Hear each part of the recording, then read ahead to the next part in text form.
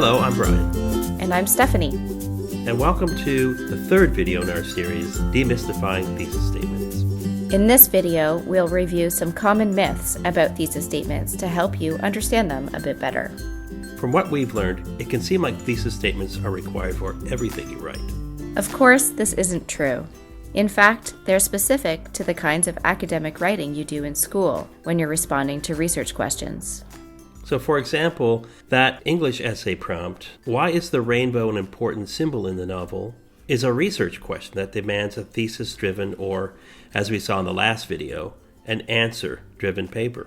Yeah, and something like a nursing reflection paper, a paper that asks for you to consider practice in light of theory, maybe doesn't require a strong declaration of an answer, like a thesis statement, at the outset. That sort of paper tells a story, a narrative about your lived experience while practicing nursing, and how you can make connections to theories in the field. In this kind of paper, I would expect to read something more like a statement of purpose, where the writer explains what they're up to. So thesis statements aren't required in all forms of writing.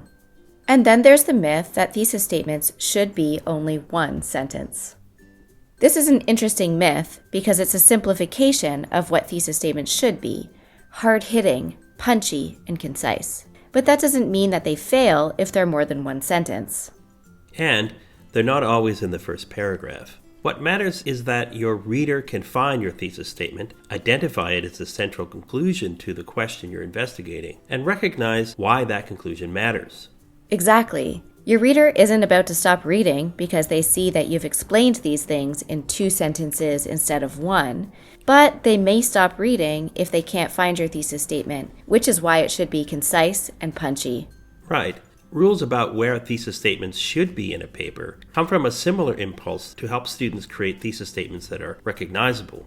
But it's not a crime to locate them in other places, as long as they're somewhere toward the beginning of your paper. They need to be located where they will best guide your reader into the nuances of your paper. That probably means that you should ask for some reader feedback on placement. Which brings us to the next myth. Thesis statements are normal and necessary aspect of all academic writing, everywhere, for all time, and amen. We've already seen that this isn't true because it's papers driven by research questions that demand them for the most part. But we haven't talked about the fact that thesis-driven writing is culturally specific. True, yeah. In many cultures, thesis statements are, to be frank, kind of rude.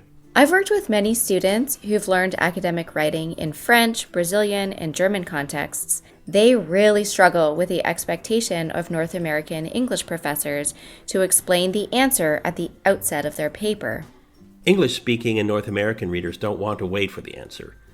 In the next video, we talk about formulating your thesis statement last, at the end of your paper, where conclusions are meant to go. And using what we call the Jenga strategy to take it from the bottom and we move it to the top.